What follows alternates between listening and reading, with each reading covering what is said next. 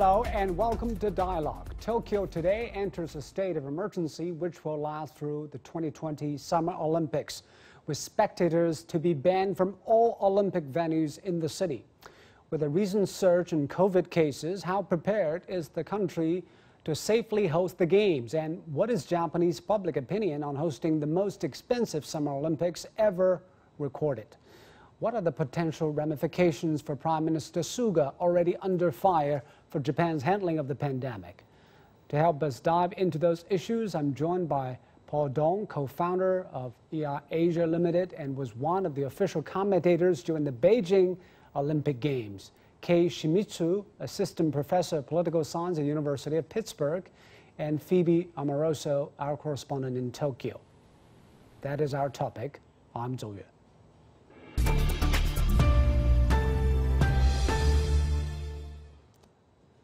Phoebe, let me start with you. We're going to talk about Japan and the Summer Olympics, but probably we have to start with something depressing. That is, COVID is still spreading in Japan. What is it like right now?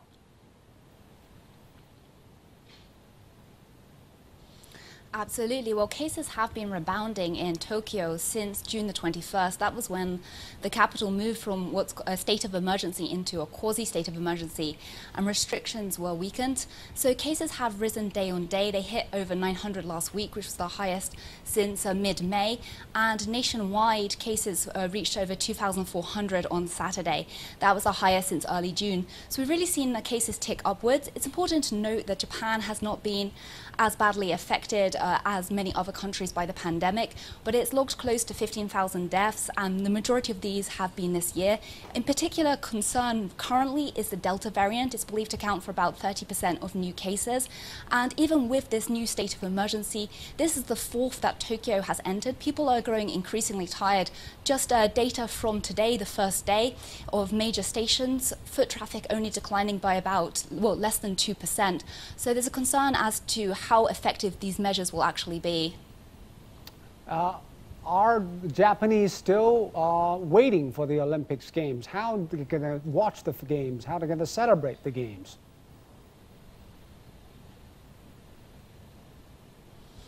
Oh, well, Japanese public has been staunchly against the Olympics. For several months, polls have shown 60 to 80% are against. As we've approached the Games, some of that opposition seems to have been lessening, as if the inevitability of the Games going ahead, and also vaccines have started to roll out. But still, over a third want the Games to be postponed. A third want the Games to be held without spectators. Now it looks like the Games are set to be held mostly without spectators, particularly in Tokyo and the surrounding prefectures. As for celebrations, part of the state of emergency is that all businesses must close by 8 p.m. Restaurants cannot serve alcohol, so any celebrating will be taking place at home. And Paul, it is said the International Olympic Committee, or IOC, has the authority to decide the fate of the Olympic Games. So its chairman Bach is now stranded in a hotel in Tokyo right now. Why the IOC insisting on holding the Games as such, and what might be the possible things that can go wrong? Right, absolutely. The IOC, as well as the International Paralympic Committee, they are going hand in hand whenever their games come to a hosting city, and they have the decision, the ultimate decision, whether it should go ahead, postpone, or completely canceled. And when signing the agreement, after winning the bid to host the Games, Tokyo agreed not to have the authority to decide whether it should go ahead. And even among many other terms, that Tokyo cannot have the ultimate decision. But at the same time, I think many people, most people, in the Olympic family, and also people as stakeholders or who concern or are interested in the Olympic movement, almost all agree that this is a challenge and a package of difficulties should be faced by the entire family of the Olympics and Paralympics, if not the entire humankind. I think we're faced an unprecedented calamity, and also we I mean, the argument of pushing it ahead is, if you look at what has already happened over the last and half years, especially the last 12 months, there are already some sporting events taking place in different formats. For example, with the latest example at the Euro 2020 soccer or football championship throughout Europe. And yeah, the IOC has various options to make. They have to listen to different experts from medical background as well as from administrative and also sporting organizations to make their own judgment. I am very sympathetic with the Japanese people. I admire their, their sacrifices, but at the same time, if I got a vote in my hand to make this very tough decision, I think I will go for it instead of against it. And Kay, as Dongjun just pointed out, international sporting events has been held in one shape or form, but last week the Japanese Olympic Committee announced that this time around the venues will not be open to spectators. That's probably very unique in the history of the Olympics. What does that mean for the Japanese and also for the athletes? Kay? I think that, this decision to not allow spectators due to the city, meaning Tokyo's state for the increase or a stubbornly relatively high rate of new cases of coronavirus is, the ultimate reason why they had to go with this decision.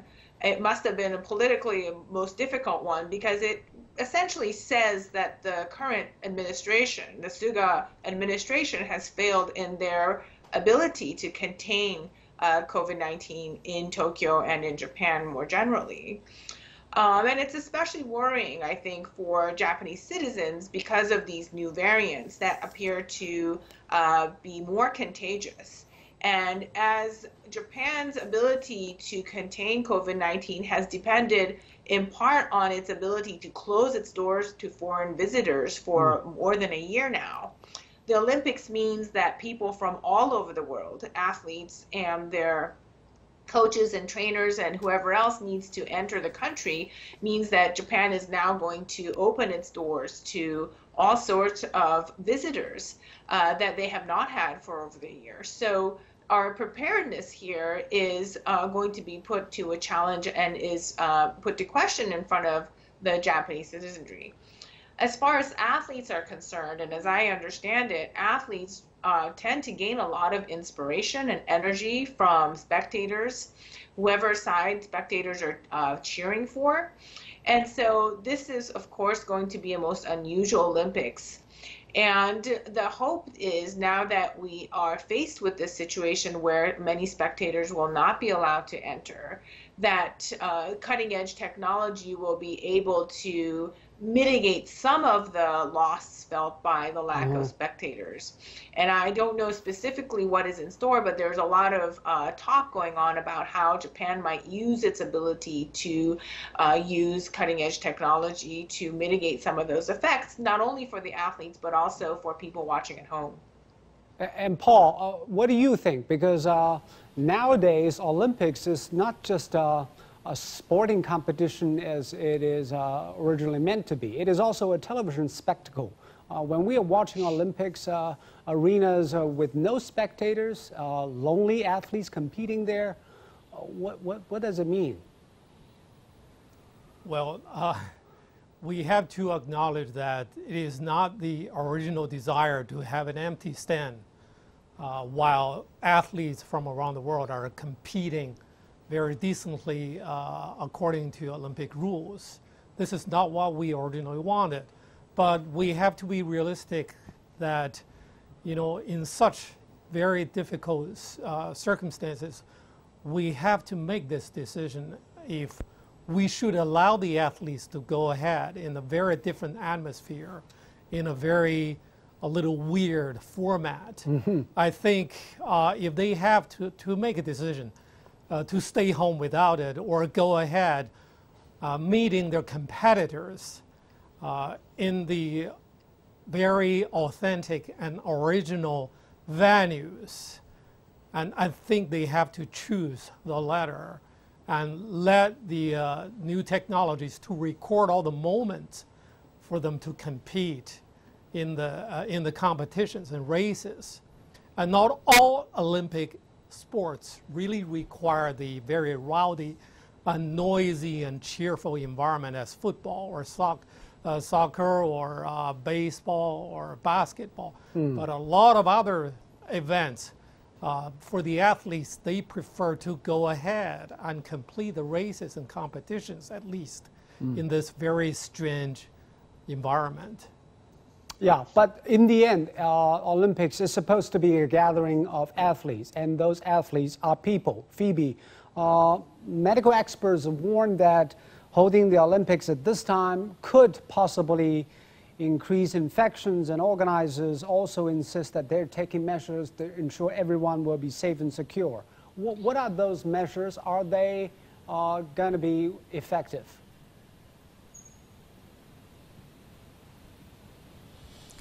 Absolutely. So the organizers have been working for months on something called the Playbook, which is a list of rules and regulations that athletes and other visiting officials must abide by. They're going to have to download several apps where they'll monitor their health, they will track their activity plans, they will not be able to take public transportation, they will be in an Olympic bubble and have no direct contact with the Japanese public. They will undergo daily testing in order to ensure that there are no outbreaks. But the Olympic Village has been adapted. It has got a fever clinic. Should anyone develop a fever, they will then be moved to another isolated facility. Also, the majority of athletes are going to be vaccinated. According to the IOC, they've given out vaccines. They say 85% of the residents should be vaccinated, and that will help to make the games safer. The organizers have also had to tighten border controls in how the athletes move about Japan. There was a case with a Ugandan delegation where a team of 9 arrived in Japan. 1 member was confirmed to be positive on arrival. The rest of the 8 would then travel to a training camp where a further member was confirmed to be positive. So after that, they've decided that anyone arriving with someone testing positive must be isolated for 3 days. So that's part of the measures taking place. And Kay, talking about vaccination, as Phoebe just explained, 80% of athletes who qualify for Tokyo Olympics have already been vaccinated, but still there are many who haven't got the shot. For example, American swimmer Michael Andrews has made it clear he won't get any COVID vaccine. So about the discrepancy, is it fair? What it should be like about vaccination of athletes? Well, I mean, of course, from the viewpoint of Japanese citizens, we, would hope that most athletes come with a vaccine.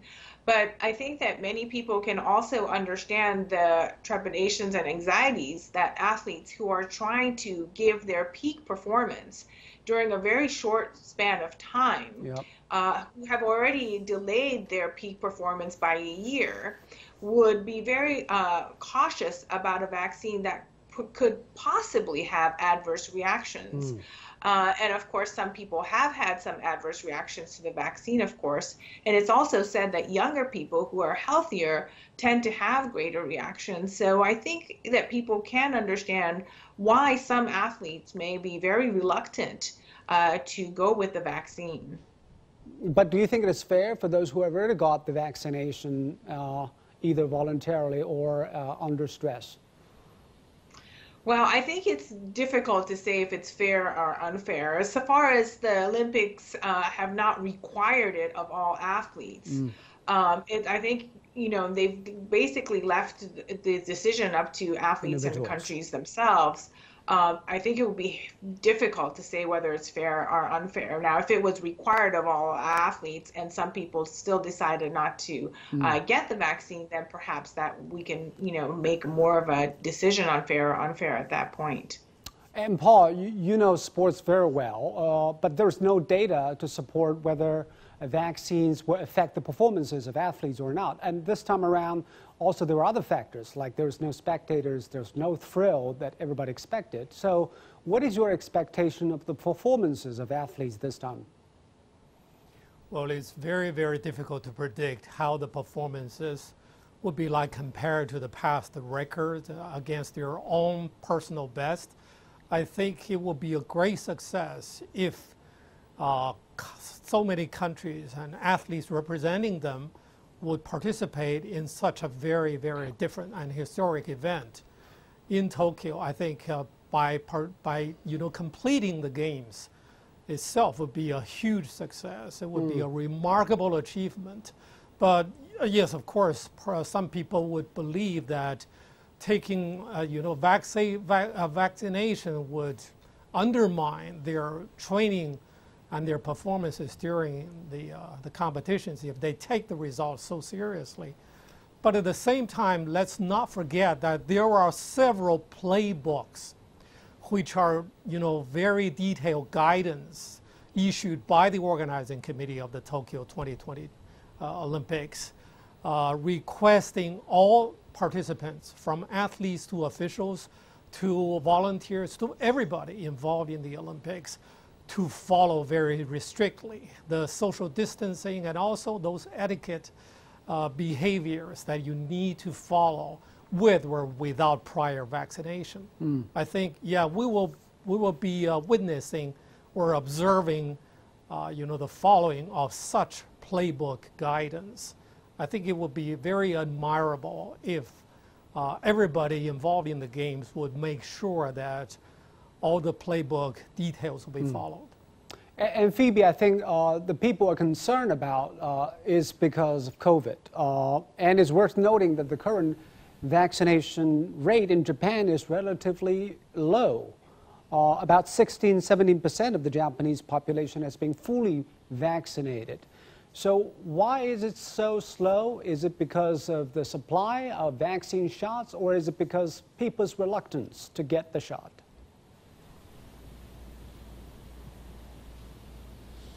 Well, it was considered for quite some time that Japan was a country with high vaccine reluctance, but I've spoken to several medical experts on this point, and Japan has come out in research as people being as willing to take vaccines, but it has very strict regulations around domestic trials that slowed down the approval when it came to Pfizer and Moderna. So it really got the vaccine rollout program started very late. Pfizer was approved it was approved earlier this year. Healthcare workers started getting vaccinated in February, and the elderly were started to be vaccinated from April. But the pace was really, really slow. But as the third state of emergency and now the fourth for Tokyo, the COVID situation was dragging on, the central government really put pressure on municipalities to speed up the process.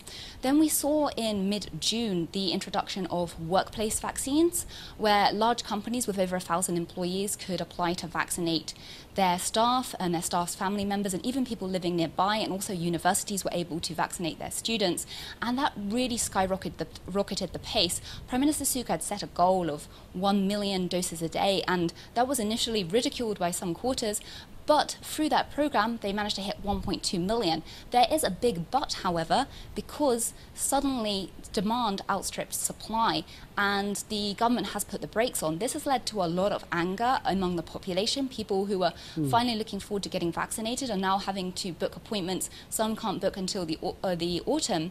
And then with regional governments, they've been promising their population that they will be able to vaccinate them shortly, and having to turn around and say, no, the supply is not coming through from the government. It seems there's a big mismatch in distribution, that some areas are oversupplied, some are undersupplied, but Japan is also waiting on further vaccines to be delivered.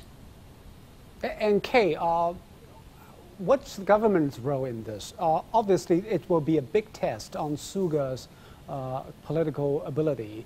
Will it manage to pull it off with the successful Olympics, or the worst scenario that people got infected more than they should be? What would be your estimate? Well, that's very difficult to say, especially when Japan has been closed to foreign visitors for so long, and we're already seeing some, mismanagement of, as Phoebe mentioned, one of the earliest athletes groups to come from Uganda already had some, people test positive once they were already moved onto their training centers outside of Tokyo. Of course, these early mistakes have been fixed or dealt with, and people are learning as they go about preparing for the Olympics. but it's very questionable whether or not the government and everybody involved in the Olympics will be able to pull this off successfully. And so should the Olympics go on successfully and finish till the end without a major breakout of new cases in Japan and also worldwide, then this would be considered a major feat and would be a major plus for... Will it help Suga politically if that has turned out to be the case? Will it hurt or well, first of all, the decision not to have spectators in this Olympics has already been a major blow, I think, to the current administration, Prime Minister Suga. It really is a symbol of him not being able to contain COVID-19 in Japan enough to hold an Olympics with spectators. And so the next best thing would be for a successful Olympics to happen even without spectators. And so I would consider it a success, but it would just be a next best thing to what would have been a bigger celebration. And Phoebe, there is also the economic cost. Japan actually spent a lot of money, to be exact, $3 billion to build those facilities, which are going to be empty without spectators during the Olympic Games. And also the government said it has been spending money to organize the Olympic Games, $25 billion to be exact. Will the government be able to recoup those money?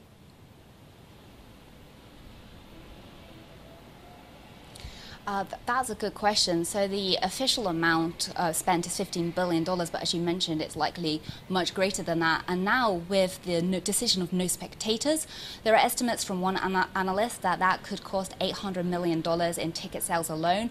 A report earlier this year suggested that without spectators, the knock-on effect on consumption, on loss of marketing opportunities could amount to $23 billion. However, the government has already pushed ahead, made this decision. And as was mentioned earlier, the costs would be very much on the Japan side. They would be liable if they were to cancel. So it's kind of been, as one Japan Olympic Committee official and ex-Olympian herself put, it's kind of damned if they do, damned if they don't. Japan has really had to push forward with this. There's the sense that everyone has been working towards this. It's already been postponed 1 year.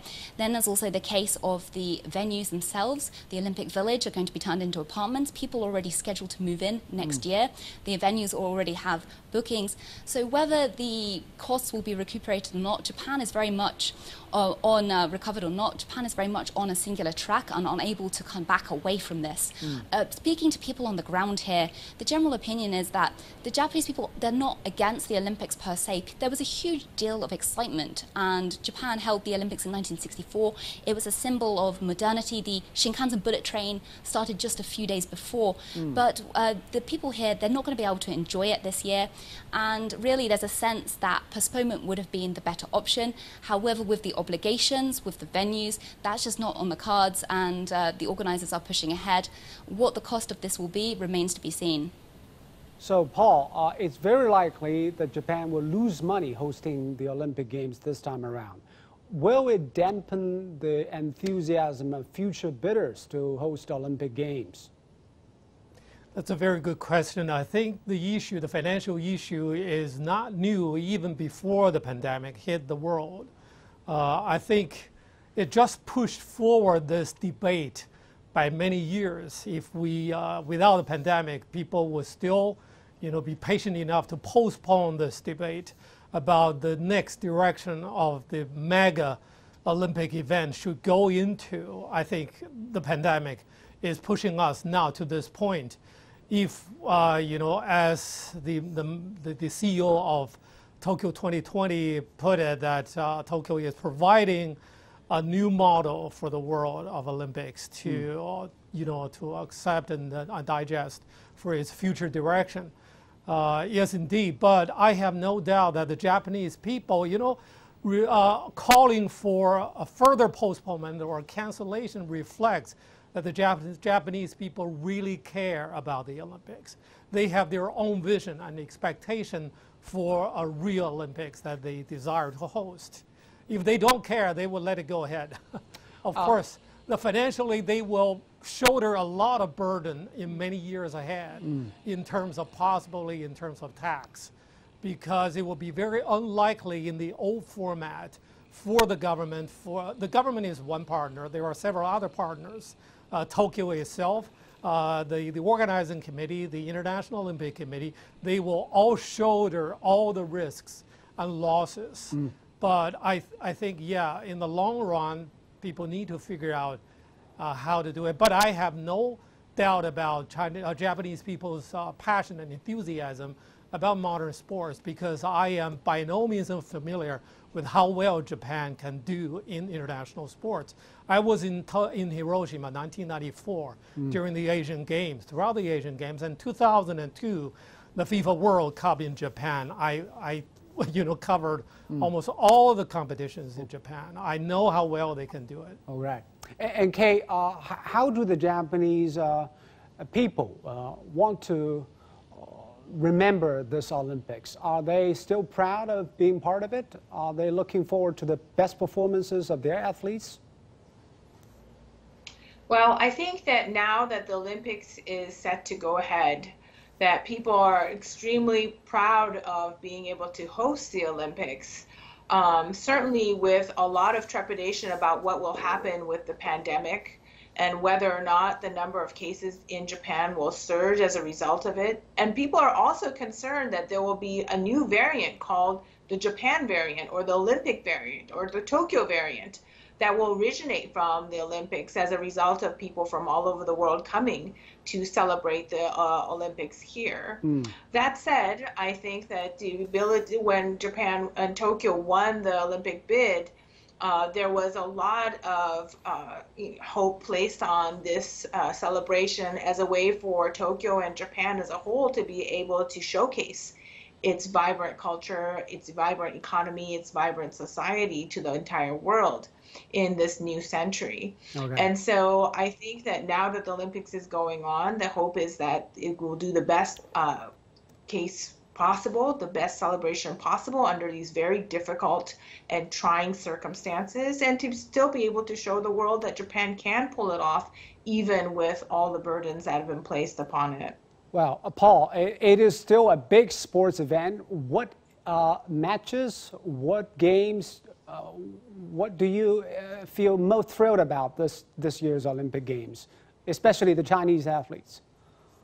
Well, if I had the opportunity to do everything to promote the Olympics in Japan, in Tokyo, I would go for everything. I would call people worldwide to pay attention and follow online and on TV, in various formats, follow every event to show their support for the sacrifices the Japanese people and Tokyo people have been contributing to put it together for it happen. So there is no discrimination, from one sport to another. We need to show our support online and in front of TV to contribute our attention and support outside of the stadiums and venues.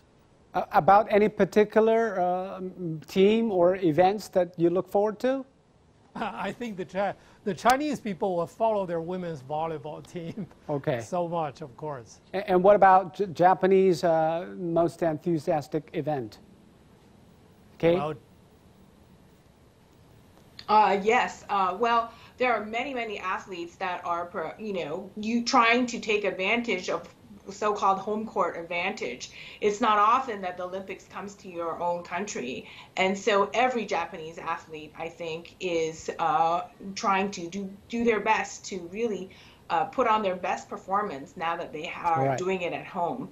And that's the same for all the supporters here in Japan, cheering for every Japanese athlete that is, Thank you very much. With their competition. Thank you, Kay. Thank you, Paul. And thank you, Phoebe. And you've been watching Dialogue here on CGTN. I'm Joe in Beijing. Thank you for watching.